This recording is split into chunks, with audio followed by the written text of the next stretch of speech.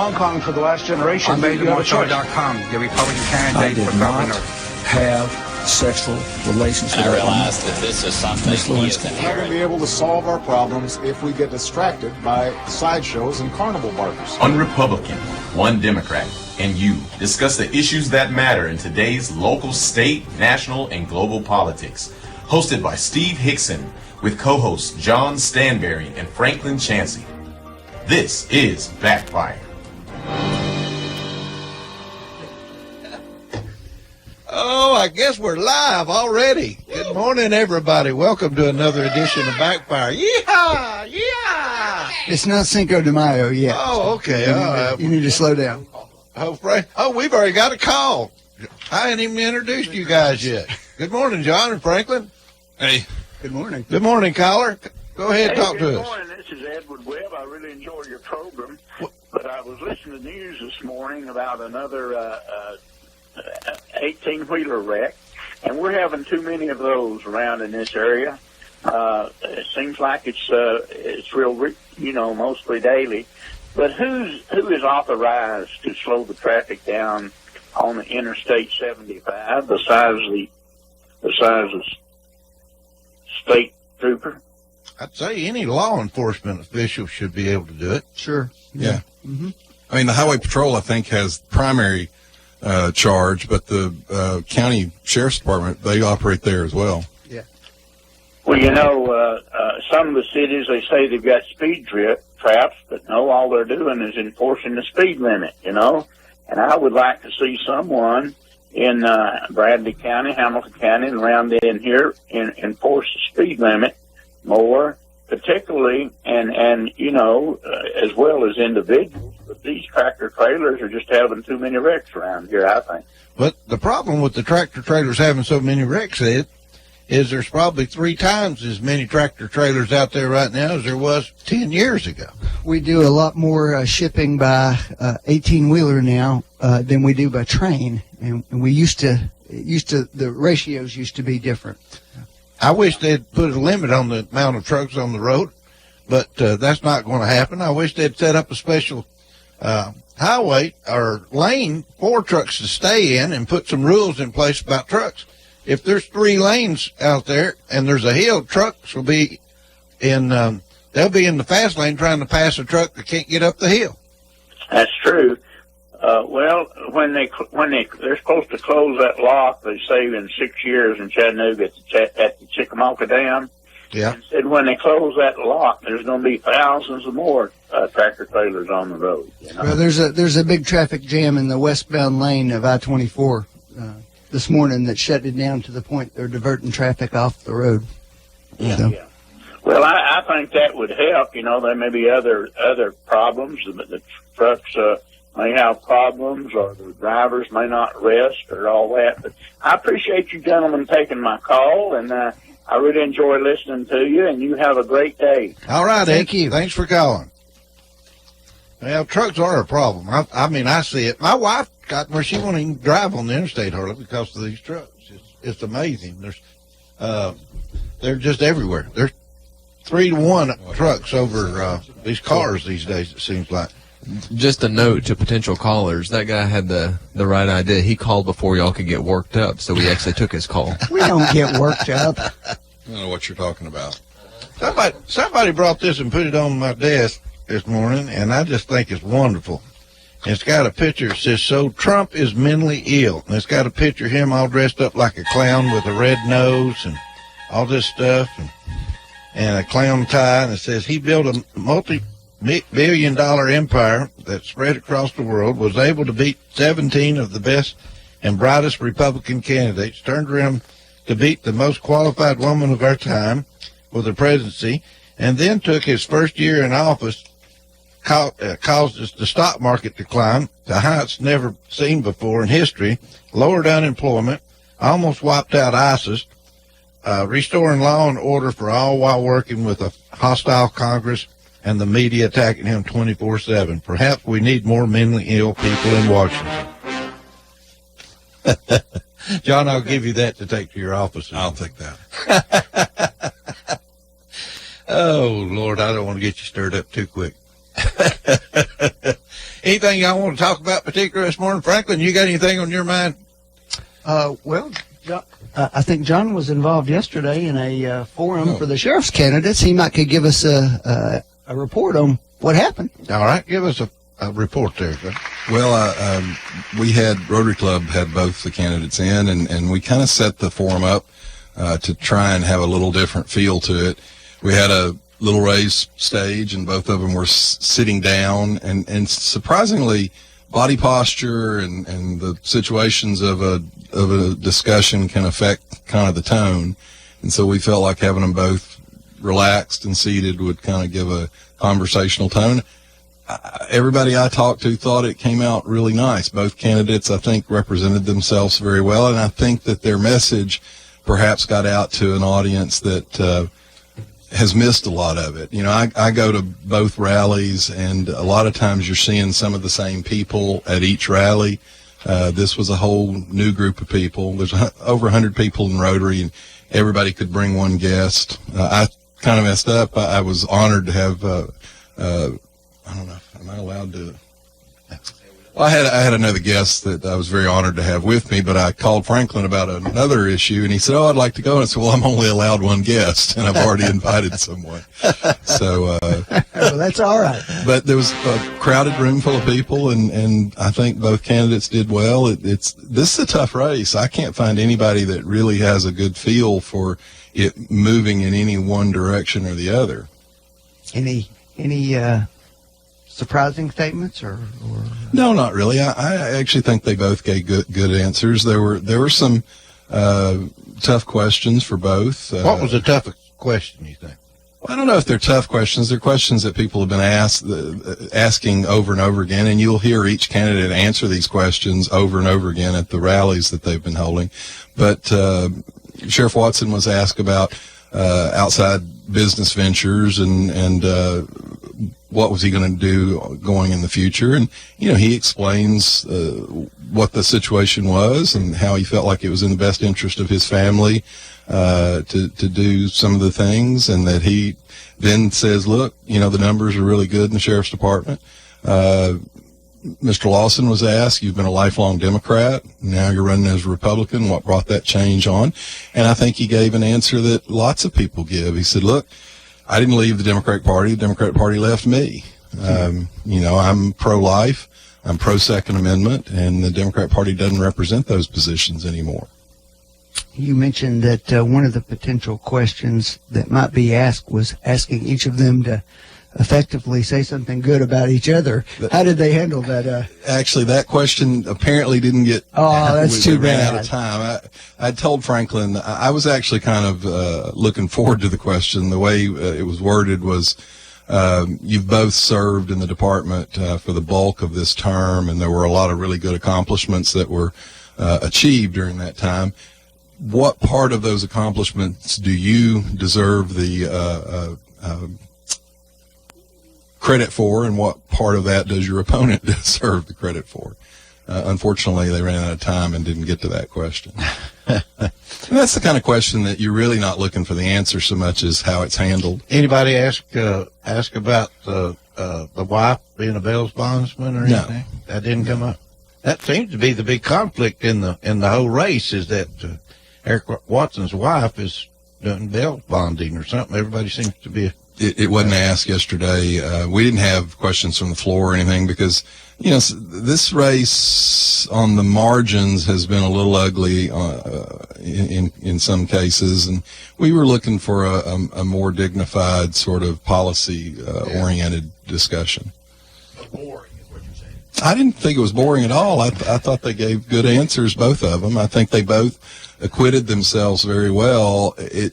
It's just really difficult to, I mean, because when you listen to both of them, they did a good job. And so finding someone that can say, I think this argument will resonate with a larger number of people than the other argument is really tough in Bradley County. Most people say they think it's going to be close, and nobody wants to wager a big bet on it. Yeah.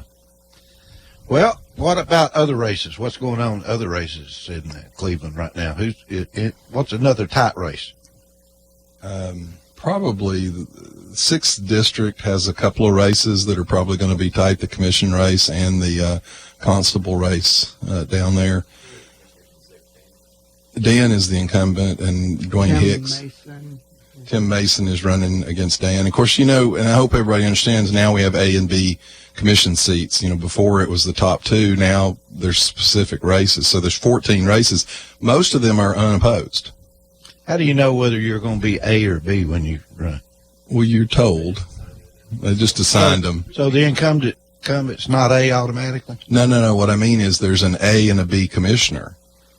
So in the past, you had 2 commissioners who were going to be elected from your district. Right. And so the top 2 vote getters were the winners. Okay. And the problem for a lot of us with that was that people played things called single shotting. So one commissioner would get all of their supporters to go in and only vote for them. Well, percentage-wise, that increases the importance of those people's votes because they didn't vote twice, they only voted once, and that bumped the percentage up. Matter of fact, this ended up in court, to be perfectly honest, on the pro-life issue. The Democrats sued us because in the governor's race, the amendment to the Constitution that we passed for pro-life is based on the total number of votes cast in the governor's race. So the Democrats actually went to court and said, well, the pro-life people made a concerted effort to say, don't vote. If you're voting for the pro-life amendment, don't vote in the governor's race. So that lowers the number of votes in the governor's race, which lowers the number of votes it took to pass the amendment. Democrats went to court and said, oh, that was manipulation. It wasn't. It just is what it is. But that's the same principle that we had in these commission seats. So now they've gone to, instead of having just 2 people and the top 2 voters there is a Commissioner A and a Commissioner B. And so now if you want to run against someone, you can run against that one person, and it gets rid of the single shot strategy. I want to do a congratulations, I guess, for the guys that have been fighting for this veteran home here in Cleveland, Tennessee. Looks like they've won that battle. It certainly appears so. $26 million awarded to Bradley County, I think. And I'm reading here there's more than 33,000 veterans in Bradley and Hamilton counties. It'll serve this area fine. Now, as I understand it, too, it's not, when they say home, I think people have a tendency to think a nursing home. It's not a nursing home. It is a care facility, but they're sort of pods with their own living quarters, and then they have nurses that kind are of like assisted attending. living. It's much more so an assisted living. And then if they and I may be wrong, if someone out there, but when I went up and looked at the architectural drawing of it, it's in pods with individual living areas. Mm-hmm.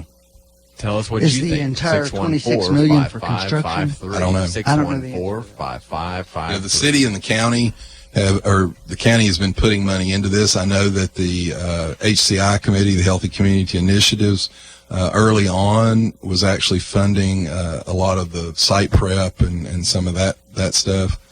So there's a lot of people that have come into play with this. But I mean, you have to say that obviously our state representatives worked hard on it, but locally, Mark Hall probably has been probably the most vocal advocate for this, and Mark deserves a lot of credit. I want to get into this shooter at the Waffle House in Nashville, Tennessee. You mean where the system failed us once again? Yes, and where the system did fail. My question here is his dad guilty of Yes, they're I think so. They've already brought charges against him. Oh, have they brought the charges? I think they have. I hadn't seen that yet, but I think that there's a real possibility of that. Well, it's a little bit gray area because they say in Tennessee he could have the guns under the current law. But he wasn't in Tennessee. It was in Illinois. Well, he had moved to Tennessee. Yeah, but the guns were seized in Illinois. The father was in Illinois, so the father is the one who gave them back to him. When he was going to Tennessee. That's going to be his argument in court. Well, here's the human argument. I don't give a damn. What kind of dummy? I don't care if it, my kids used to get mad at me because they said I was too harsh on this, but the Unabomber was turned in by his father and his brother. And that's a terrible human family tragedy, but they did the right thing. And I don't care what the law says. You've got a son who's climbing over the fence at the White House and claiming he has a right to inspect the grounds, and you give him his guns back? And here's what, as a gun owner, this is what really pisses me off about it. I'm going to be the one that ends up paying for this, because all the gun grabbers are going to go, see, we've got to restrict it. No, we had all kinds of restrictive laws in place. We just need people to take responsibility for their lives and have some responsibility to their fellow citizens. He'd stolen a car 2 days before that, and they hadn't found him from that. Mm-hmm. They found him. Here's what's weird to me. It took so long to find this guy. He was wearing nothing but a jacket. Well, he apparently ran off into the woods, and I think a woman saw him emerge from the woods and called the police. Well, he was close to his apartment where he had lived. Well, they weren't able to immediately identify who he was. It took a little while to figure that out. But once they did that, it was a matter of time till they found him. But I guess the moral of this story is, folks, just be careful. There's a lot of sickos out there this day. But, you know, in their defense, they might have run across him, and obviously being naked, he had no ID on him, so maybe they just let him go without his ID. Sorry, I'm being facetious. You know, I watched the guy that I'm going to call him the hero. He says he's not a hero. He was just acting in to protect himself. Well, that's the best kind of hero, isn't it? Yes. Mm-hmm. But, you know, it's amazing.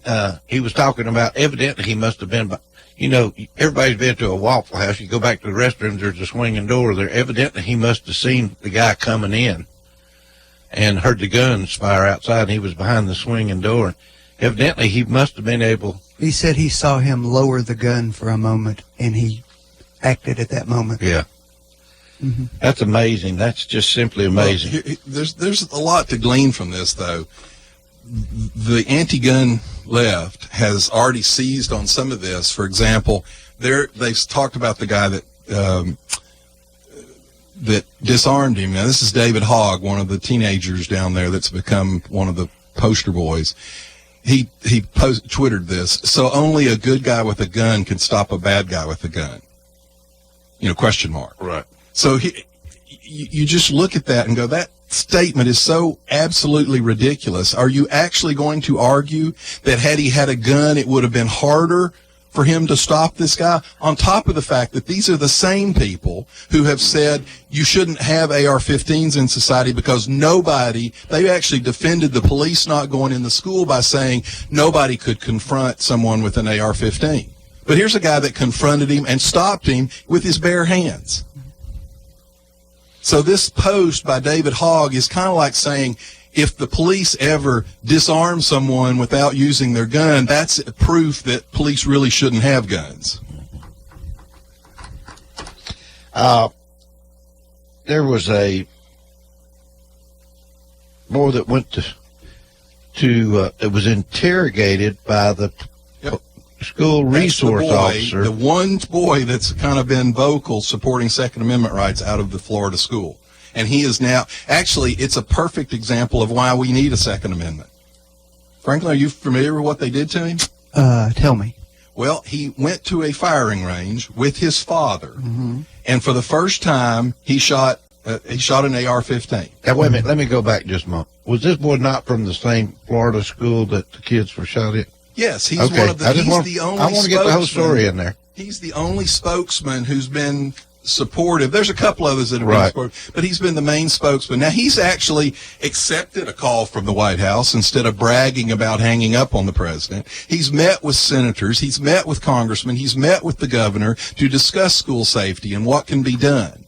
So he's worked hard. He seemed like a smart guy. I watched him. So he goes to the range with his father. He shoots an AR-15 and he tweeted about it. And what he tweeted, let's see, this is the tweet. It was great learning about our inalienable right of Second Amendment and how to properly use a gun. This was my first time ever touching a gun, and it made me appreciate the Constitution even more.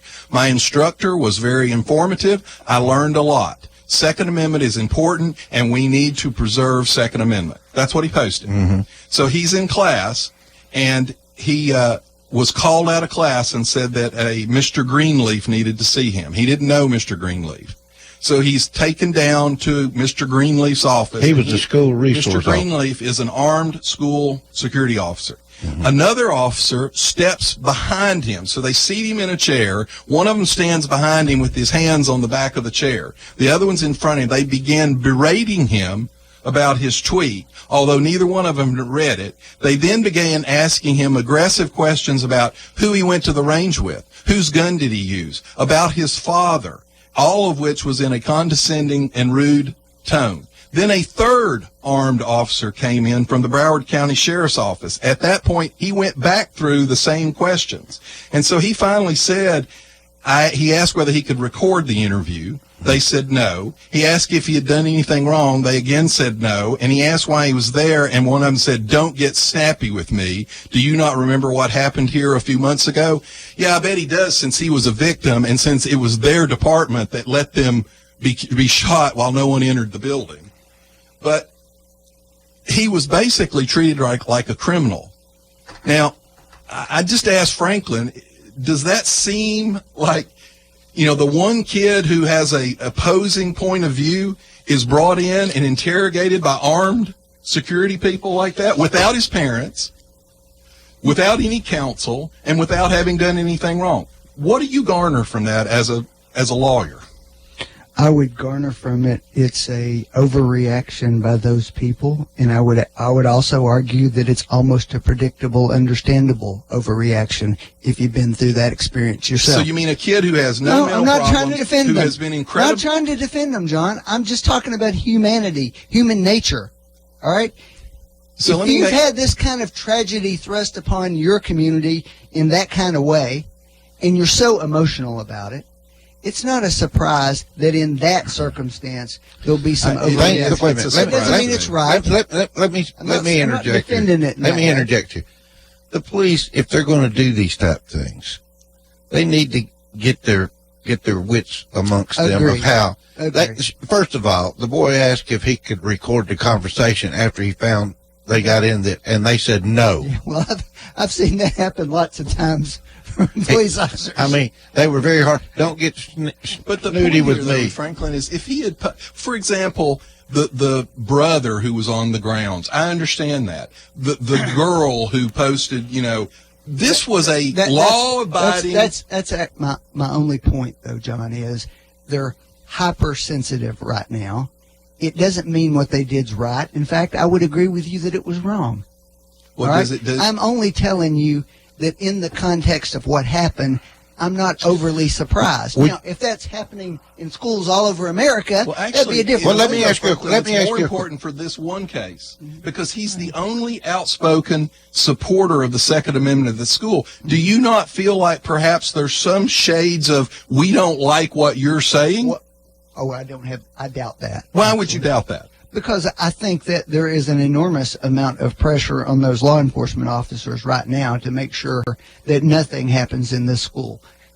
I don't agree with what they did. I condemn what they did. Well, actually, but I do think that it's understandable that it would happen there. Well, they have actually given a perfect example of what the Second Amendment is about. It is about the citizenry being protected from a overpowerful government. I would question whether that's what the Second Amendment I'm glad you question it because in Venezuela they've outlawed the private ownership of all guns and murder of opposition forces at the hands of the government has skyrocketed. And everybody wants us to do things like Venezuela. No, I'm telling you that's what you're on that side of the coin. No, they disarmed the public. Nobody and is they are arguing now for disarming people, John. Well, Nobody. frankly, your side has actually cut to the point where you said you do one. Nobody is doing that, John. Nobody. There are towns in Illinois as we speak that have outlawed the ownership of guns and are going door to door to confiscate. Where's this? It's in Illinois. How can they do that? Well, because they're the government. Now, wait a minute. The state is not the government. No, these are private. These are towns that have passed local ordinances, and they are sending local authorities. So yes, it's a local issue right now. Bradley County could do this. That's the problem with constitutional government. There are a lot of things you can't do, but when the authorities push it and start doing it, what do you do? What do you do about it? You hire Franklin Chancey. Well, the problem is you've got judges. For example, I brought this to discuss the attorney-client privilege. You've got a judge that was honoring the attorney-client privilege in this case with the Trump's lawyer, and he didn't want to reveal a client, completely unrelated client. No illegality accused or anything. The judge was going to honor Supreme Court decisions upholding attorney-client privilege, and an attorney for the New York Times and CNN got up in the gallery, approached the bench, and argued that there was a compelling right to know for the people, for the public.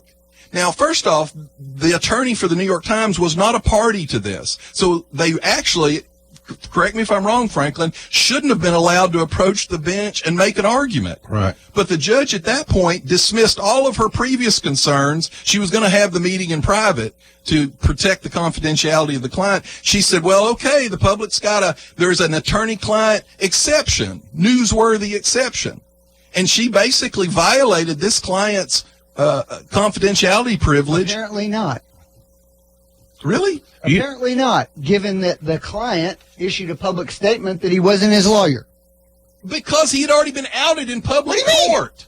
He should have been arguing that his privilege had been violated. It has. So you're saying he lied? No, Franklin. What I'm saying, I can't believe you're going to do that about something as sacrosanct as attorney-client confidentiality in order to go along with the liberal left that hates Trump. As I said. Did he get paid to do it? Apparently not. Well, then how can he be a client if he didn't get paid? That's what I just said.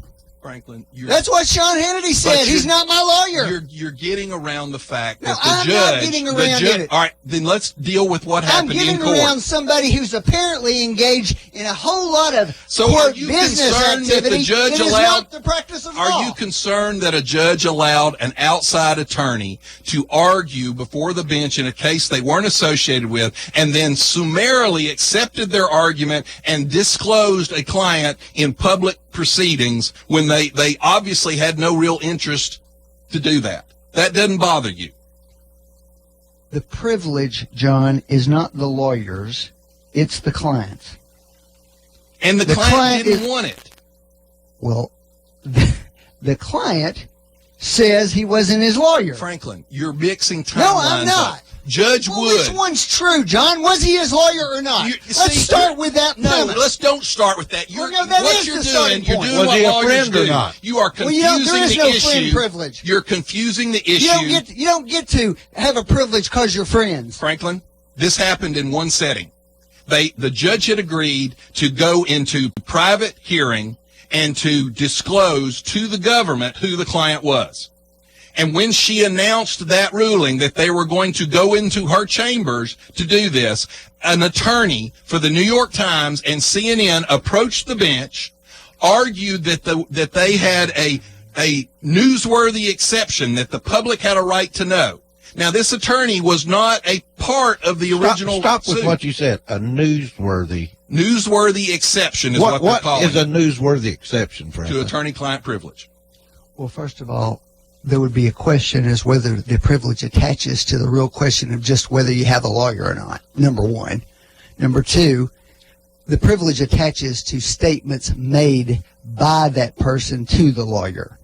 Were any of those revealed in this public setting? The answer to that, as far as I can tell, is no. Well, here's CNN's crime and justice reporter, and this is how they put it. I was in court yesterday, and at CNN, keep in mind, the guy was an attorney for CNN. I was in court yesterday, and if it wasn't for the attorney representing the press, Sean Hannity's name would have been filed under seal. Judge Kimba Wood was ready to accept the name under seal when the attorney representing the press stood up and argued successfully against it. That's my point, Franklin. That all happened in real time. Are you okay with that? I'm not sure I fully agree with that timeline of what happened. First of all, that's not the way I understand the argument. Well, that's the way CNN, who the attorney was representing, tweeted it. By the lawyer. Tweeted CNN crime and justice reporter Shimon Kupitzes. I can't pronounce the name. It's CNN's own reporter reporting about CNN's lawyer. What part do you I doubt? thought you said it was the New York Times lawyer. He was representing the New York Times and CNN. And this is their crime and justice reporter, and that's a direct quote of what they tweeted, of how it happened. So if you're an attorney and you're asking for something to be divulged in private to protect the confidentiality of your client, Franklin, are you going to allow a lawyer not even associated with the case you're trying to go up and argue that it shouldn't be private? Well, actually, how would you feel as an attorney? Newspapers do that. Would you appreciate the judge in the court going, well, sorry, I was going to keep it private, but the press wants to know? Well, there are many instances where I would like to keep things private, but the law doesn't allow that in a public courtroom. But this person, this is the point, though, Franklin, this person wasn't even a party to the case. There was no reason to divulge Sean Hannity's name. I believe there is a part of that argument that you're not relaying, John. What part? The part where Cohen's lawyer had indicated that he wasn't going to disclose it. He wasn't, because he's not a party to the case. Franklin, how many people have you... Cohen's lawyer is not a party to the case. No, Sean Hannity's not a party to the case. The case doesn't... How many people have you represented over the course of your career? Thousands. Well, if we're dealing with one of the thousands, does that mean that I should be able to force you to divulge any of the other thousands you've represented? It depends on whether I've engaged in any criminal contact or not, John. That's the rules. I'm glad that you're willing to equivalate on the attorney-client privilege. I'm not. All right, we got to take a break. We'll be right back. You're listening to Backfire with Steve Hickson. We'll be right back after this. Hello, I'm the doctor. And you're listening to WOOPLP, Cleveland, Tennessee. WOOP FM is a broadcasting service of the Traditional Music Resource Center, and we play America's original music. Need to do your taxes? Using your tax refund for your next vehicle? Buy Here, Pay Here USA has tax pros on site to prepare your taxes and provide you with a free tax refund estimate. Use your refund estimate as down payment on one of our vehicles, and we'll pay for your tax prep, up to $250. Why wait for your money? Our tax refund special makes it easy for you to sign and drive. Visit any of our 4 locations or buyherepayhereusa.com for details. You're going to want our sticker on your car. This is Teresa Gilbert from the Village Bake Shop in Cleveland, Tennessee.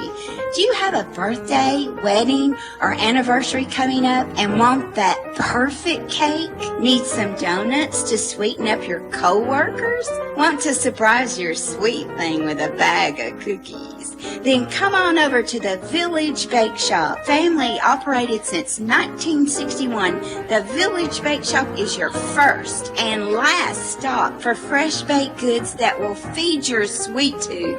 The Village Bake Shop located at the Village Green Town Center. The phone number here is 423-476-5179. See you soon.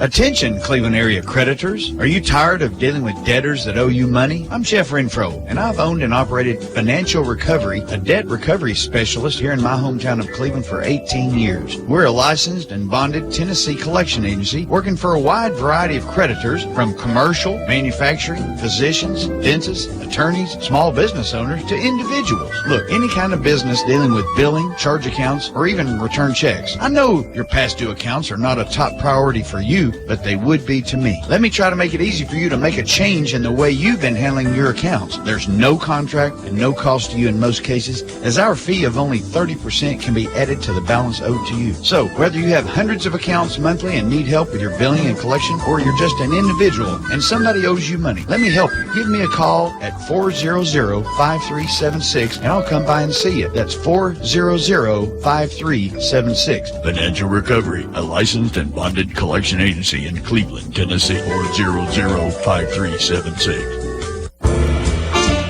Dr. Christopher Chase, with associates in plastic surgery, now offers his patients the convenience of a Cleveland office at 2350 North Ocoee Street. Dr. Chase specializes for the ladies in breast augmentation, including lifts, reconstructions, and reductions. Also, tummy tucks or mommy makeovers, and facial rejuvenation, including facelifts, eyelids, brows, nose, and he also offers Botox procedures. Check out Dr. Christopher Chase. He is certified by the American Board of Surgery, the American Board of Plastic Surgery. He's a member of the American Society of Plastic Surgeons and the American Society of Aesthetic Plastic Surgery. Check their website out at aprs.md. That's aprs.md. Call for your convenient appointment in Cleveland at 624-0021. 624-0021. 2350 North Ocoee. That's Dr. Christopher Chase.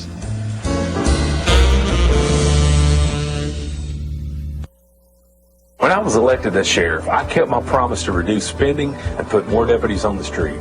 I streamlined the administrative staff, created 17 new positions for patrol and CID, all without a tax increase. I also returned a $700,000 savings to the general fund in my first term. More service, better results, no tax increase. I ask for your vote. Sheriff Eric Watson on May 1st. Paid for by the candidate, Richard Watson, Treasurer.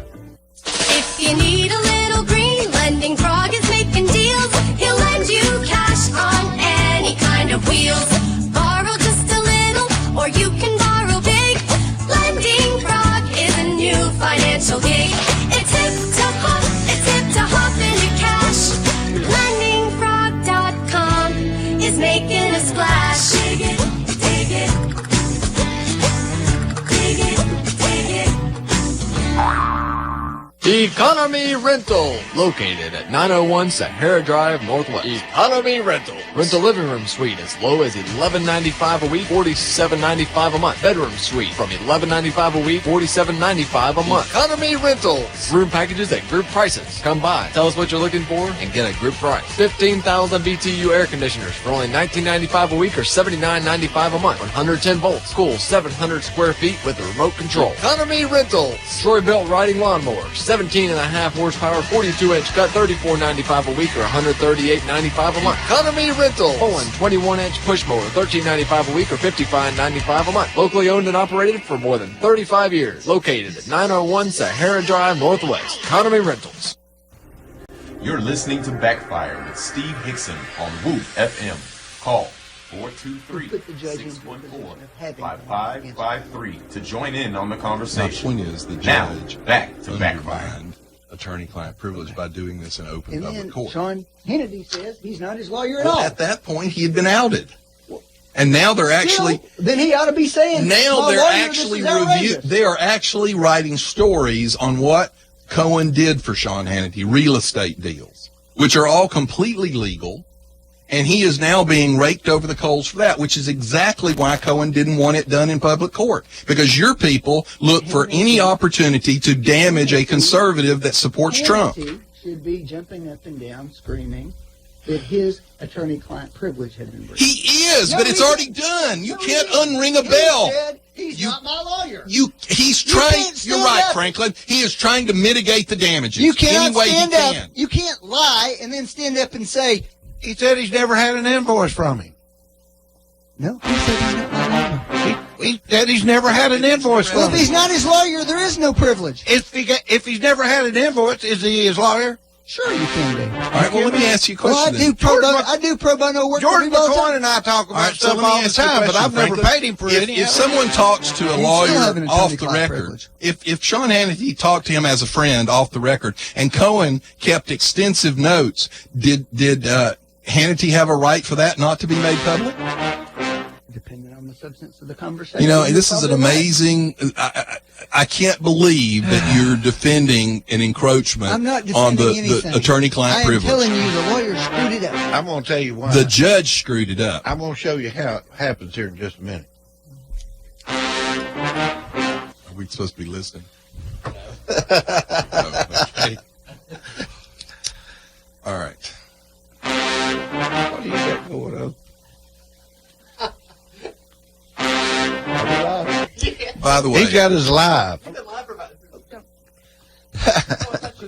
No. I was ready to turn you off. Okay. Scandalous. Anyway, our engineer forgot to flip the switch, or did flip the switch at the wrong time. We're back. Hey, there's a real Indian running against Elizabeth Warren. Who is it? A real Indian? A real Indian. And that's interesting too. It's the same kind of stuff we're discussing about the press and how these rules sort of seem to flip flop. He's got a bus parked in front of it. Let me see if I can, the guy's name is Shiva Ayadurai. Sounds like that's Asian Indian. He's Indian from India. But he's got a bus that has a big banner on the side of it. Only a big letter, real Indian can defeat the fake Indian. But now here's the interesting thing. And this ties back into the city, into Cleveland in some ways, because we've had a similar incident. Officials have demanded that he take the sign down. He sued, charging they were violating his constitutional free speech rights. This bus is parked about, I think it said less than a mile away from her home. She apparently has to drive by it. And so he says, we will not remove the slogan from our bus. We will defend the First Amendment. We will fight this egregious attack on the First Amendment at any cost. The city building inspector has threatened $300 in daily fines should he refuse to remove the signs. Well, now, there's probably a sign ordinance. It's on the bus. He said that. He said, it's not on my building. He said it's on a bus. Oh, well. So let me bring us back around historically. Governor Haslam's visiting town. Dan Rawls puts a sign up. I think he said Governor Haslam's a scumbag, I think was the sign. City officials went down and tried to tear the sign down. And I got into an argument with some of them. They said, well, it was embarrassing. I don't care if it is embarrassing. You don't have a right to go on to someone's property and take a sign down simply because it's embarrassing. And elected officials don't have a right to be free from criticism. Right. So whether you agree with the sign or disagree with the sign, that's the same thing. And this goes back to the argument that we have all the time over big government versus freedom. Government grows, and government wants to control, and government wants to protect itself. All right. I want to talk about, just for a second, I've got this on my desk. This is probably one of the most hilarious things, but it's something that's terrible that was said. This Bush-bashing professor at Fresno State has Fresno State scrambling to keep its donors. Anyway, Fresno State is investigating comments made by a Professor Rana Jarar, who posted the former First Lady Barbara Bush was an amazing racist. Among other things, just an hour after Bush's death was announced. She also said that she raised a war criminal. Yeah, and she went on to say that she was glad the witch is dead. Right. What kind of And crap? then she posted... How can this lady even work Then at a she university? posted that she had tenure and she could say whatever she wanted to and she couldn't be fired. There's a problem. Now, that's not... She said horrible things before as well. I mean... By the way, there was a story this morning on the news that a middle school boy in a Spanish class was given an assignment to bring a news story in and translate it into Spanish. He chose a story on that the Navy had seen or photographed UFOs. The story was off of Fox News. The teacher came back to his desk in front of the entire class and told him she noticed he had chosen Fox News stories before. Fox News was fake news. He was to no longer use Fox News for these articles. Now, this isn't a social studies class. It's a Spanish class. She embarrassed and humiliated him in front of the entire class over that. She didn't apologize. The dad went in and complained and recorded the conversation. She admitted that she did all of that. Yeah. 3 days later, she assigned an assignment to, here's a website where you can pull up all of Donald Trump's many lies. You are to pick one of them and write an essay on it. That was after she agreed that what she did was wrong. Where is this? This was in Indiana, I believe. Why aren't we out in front of that school protesting right now? The same reason we're not out in front of a local school here, where a teacher this year told a bunch of students that anybody who was telling their story in the Me Too movement was just somebody who wanted attention, in spite of the fact that there were kids in that class who had themselves been victims of abuse. Well, that's wrong. Well, that's right, but there was no outrage on Fox News about that. Well, I guess it didn't happens. Get reported, Franklin. Okay. Well, that's right, and that's the point I'm making. I wouldn't defend at all what you just said about. But Franklin, it happens on the other side. I will agree it happens on the other side, but it overwhelmingly happens to conservative kids on college campuses. My daughter went to D.C. to school. And in a English class, not a poli-sci class, the teacher was asking everybody where they were from. And when she said Tennessee, he said, well, tell me why everyone in the South is racist. What'd your daughter say? Well, she called me and said, Dad, what do I say? And I said, just keep your head down, do the best you can, because obviously the teacher's prejudiced. It happens all the time.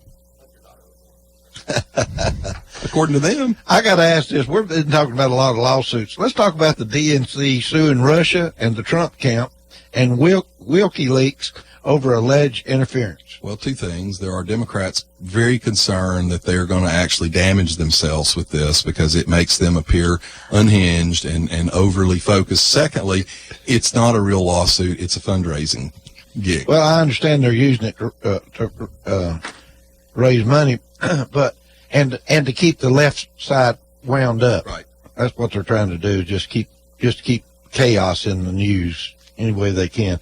But the DNC, how do you sue a foreign country like that? We do it all the time. We do. You're not going to get anything. We do it all the time. Well, if you sue them, do you get anything? Well, they have entities here. But you're not going to get anything. You have companies that have presences What here. And then sometimes the government. What kind of interference would it be? I mean, stealing the emails. Huh? Well, that'd be Stealing hard. the email. Yeah, but that'd be hard to know since the DNC refused to turn the servers over. Well, they might have to do that in that. Well, that's the point at which they'll drop the case because there's too much embarrassing things. By the way, we were talking about women and all. I've got another good one. Franklin can tell me how he feels about this. In Maine, the state of Maine, they had a party line vote just, I think, yesterday or the day before. Republicans had brought a bill up to make it illegal to practice female genital mutilation. The Democrats voted in lockstep, except for one Democrat that switched and voted with all of the Republicans to make it illegal, not to make female genital mutilation illegal in the state of Maine.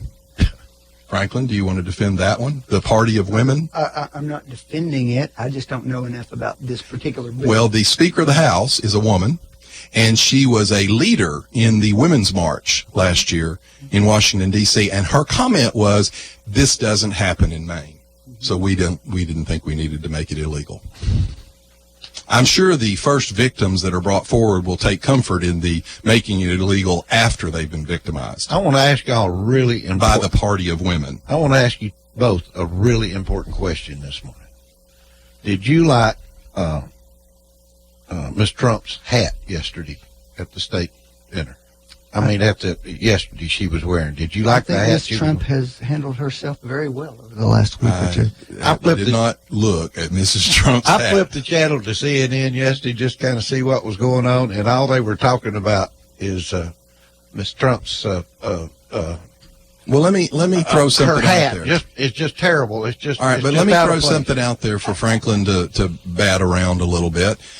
We were inundated the last 8 years with fashion magazines running articles on Mrs. Obama. Every first lady goes to this. Not this one. Not this That's my point. Here is a former fashion model who arguably wears her clothes extremely well, and yet we haven't seen the bazaar covers or the glamour covers for her. Why is that? Well, Mrs. Trump thus far has made a decision to stay out of the public eye largely. She's fashionable, Franklin. I'm not no disagreeing with articles you. about her being fashionable. Not disagreeing. Why were there articles every other month about Mrs. Obama being fashionable, but none about a former fashion model being fashionable? Well, there were a lot of comments about this. Because your people are not fair. You're not balanced. Your people. You can't see Our people beyond are your now hatred. fashion magazines. Yes, they are. It's the same liberal elite. That's the only Los thing they got to Angeles talk and about. Manhattan. Let me see if Franklin's heard anything about this. I doubt if he's heard this on the news yet. You heard anything about McCabe having an order to giving an order to stand down to FBI agents? I have not heard about that one. That's coming. Comey has lawyered up. You heard anything about that?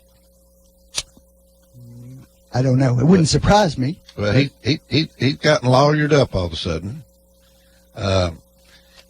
Anyway, well, this is all fixing to hit the fan. Well, Andrew McCarthy and he's a former federal prosecutor, wrote a piece, said one of the things we've lost in the McCabe discussion is we've talked about he lied, that the Inspector General report says he lied. The FBI office agreed that he lied. They've referred the case for criminal charges, said, but all of the news focuses on those elements. What it misses is what did he lie about? Mm-hmm. And when you look down in about what he lied about, apparently Comey actually shut him out of a conversation. He was out of town and they were having a meeting, and he phoned into the meeting, and Comey had him get off the line, made him hang up. It was at that point he apparently was humiliated by that and was worried that they were basically coming after him for downplaying the Clinton investigation. So he called Lisa Page. And who is Lisa Page? She's the other FBI agent that with Strzok was sending all the unreasonable partisan texts. He calls her and authorizes her to leak a story about him supposedly standing up against instructions to downplay the Clinton investigation. So it's important to take note of what he lied about. He was trying to cover for the fact that he had downplayed and suppressed the Clinton Foundation investigation. There's some new information coming out yesterday about Department of Justice interfering with the FBI investigation of Hillary. That's what we're talking about. Ackworth. What's his name? Ackworth? Someone, Ackworth or somebody, called down from the Department of Justice and basically gave them a stand-down order. Well, that was on the foundation. Okay. And McCabe is involved in that because they didn't want news to get out. So much going on, it's hard to keep up with. A second federal investigation. So much crime here going on the Democratic side. It's hard to keep up with it all. Well, let's just see if there are any actual indictments. Well, the funny thing about that is that's all proof of what? Collusion. Well, what's another thing is they're saying that now there was nothing, there was no reason to start this Russia investigation. It was not in the direction that it was started. There was reason to be looking into the Facebook ads. There was reason to be looking into whether they tried to hack into state voting election commissions, but there wasn't a reason really to look into this whole avenue. And apparently, Mueller is close to probably closing out that investigation with no collusion proven. And if they find that, you guys should be thankful for Mueller. Instead, you've spent 6 months savaging him. But you all have spent a year, and actually the DNC lawsuit is simply a way for them to try to keep this in the news cycle. As I have said, much like Democrats or Republicans, I'm not afraid of the investigations. There was no official intelligence used to start the FBI probe. No, it was all started off a dossier that was paid for. It had started before then, and that's been conclusively shown. They're talking about it now everywhere. I don't care what you're reading. They were it started months before that. No, it didn't that. start. Yes, it has. It depends on what you say it is. If you mean that they were looking at Carter Page as an individual, yes, you're right. Who was listed as a chief foreign policy advisor by himself. No, Donald Trump quoted him, and there's pictures of him sitting next to Donald Trump. All the people in the campaign said he was of little import in the campaign, and they do now. But the president said he was a brilliant guy. Franklin, when he listed him as one of his top advisors, the president is actually a gracious man on a personal level with people. He was answering a question where he was asked who his top advisors were on foreign policy, and he listed him as one of them. Did the president ever give glowing remarks about Omarosa? Yes. Do you think they were entirely accurate? No, because he's a gracious man. He hired her. Yes, he did. He gave her a chance, and then he cut her loose. He hired Carter Page. Apparently, he's just inept. No, he hires people, he gives them a chance, and if they don't work out, he cuts them loose. What's going on with Bob Corker right now? He's killing himself for any future, as far as I hear. I mean, his future's over, as far as I'm concerned. If he's Well, gonna stay I in will say politics. this: he has maxed out to Marsha Blackburn, the maximum donation. How come he wouldn't mention her name in an interview? He said that he didn't want to campaign against Bredesen. He has maxed out to her, but for me, that's not enough. He said he considered Bredesen a friend. Who will put Chuck Schumer in charge he if had he's worked elected well with, from Tennessee. And he didn't want to campaign in this race. Okay. No, not okay. When you're a Republican office holder and the party has, matter of fact, his race against Harold Ford was a hard race. As I remember it, he was the only Republican elected in that election cycle. That was that was when the Democrats took the Senate back. And he was the only Republican. He was either the only one or there were three, but he was one of the only Republicans elected. And what that means is the Republican Party and people like me worked our butts off to beat Harold Ford, who was a moderate Democrat from Tennessee, unlike the rest of the Ford family. But that was a hard race, and we worked hard to elect Bob Corker, and he owes the party more than he's doing. Now, I understand he may have a problem with President Trump, but this is the Republican Party in Tennessee that he's doing this to. And if Bredesen is elected, and all you people out there, you moderate Republicans that say, oh, he'll be an okay guy, doesn't matter what he'll be, he will put Chuck Schumer in charge of the United States Senate. Bredesen, you know, I keep hearing, oh, he did a good job when he was governor. Yeah, he did everything he said Van Hillary was wrong to campaign on.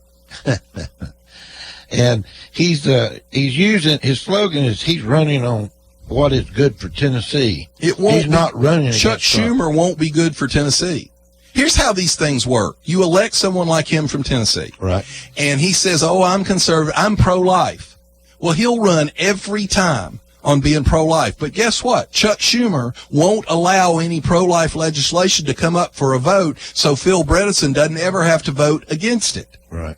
And so he will continuously be able to go, oh, I've never voted against pro-life legislation. Yeah, because your boy, Chuck Schumer, protected you from it. So, folks, if you're pro-life, you better not be voting for Bredesen because you're putting Chuck Schumer in charge of the legislation. Well, let me ask one last question. And I'm going to let this be the last one today.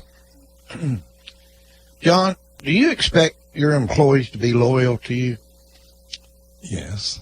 Franklin, do you expect your employees to be loyal to you? To an extent. Well, doesn't mean I expect them to always agree with me. Agree and loyal are two different things.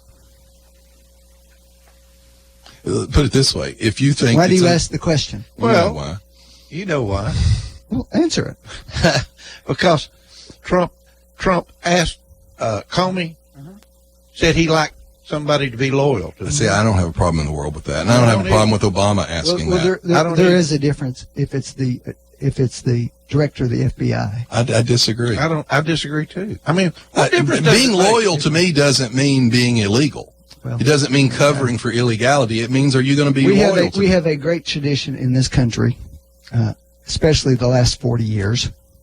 In other words, being really, loyal would be not leaking things. That's to what I was going to say, newspaper. Franklin. Let me ask you a question. Do you think an FBI director could be completely honest and above board in executing the duties of his job and be leaking embarrassing events about the president? Wow. Could he be doing that and still be being good at his job? It's not ideal for sure. Well, I think that's the way Steve and I look at this. We're not asking the FBI director to cover for any illegalities. We are asking him to be loyal. Well, If if it's in the context of a conversation where you ask somebody to go easy on another member of your administration who's under investigation, I think there's a question about that. You mean like the Mark Rich pardon that Clinton did, that actually Eric Holder was the one who orchestrated when his wife was funneling money to the Clintons, that kind of thing? No. Or you mean like Loretta Lynch telling Comey to call it a matter instead of an investigation? Or having a tarmac meeting with the former president? As bad as those two examples are, and I think they are bad, it's not as bad as trying to actually ask somebody to consider tanking an investigation of a crime. Because when they asked Comey that directly, he said he didn't think that's what the president meant at all. Okay. So the man who that was said to said, I didn't take it that way at all. All right. Well, if you're going to take Comey at his word, then well, let me ask you a question. He asked you about your employees. Would you consider if someone disagreed with you? I understand coming to you and saying, I disagree. How would you feel if they went to another lawyer and said, Franklin did this, and I think he was wrong to do it? Well, there is that a difference? There is a difference when it's the law enforcement, top law enforcement official, and then there's not. Yeah, the relationship between all of these people has to be solid, and it has to be built on trust. And I don't think there's anything at all wrong with a president coming in with a top government official who was in place before him and saying, hey, I expect loyalty. Especially if the guy's whole family voted Democratic. Now, here's how I would take loyalty, Franklin. If I ask someone for loyalty, what I would mean by that is if you disagree with me, by God, you bring your butt in here and you confront me face to face. Yeah. I don't want to read about it in the press. That's right. I think that's what Trump meant. That's loyal. I'm going to make a book recommendation, if that's all right. Go ahead. Who's Jonah Goldberg?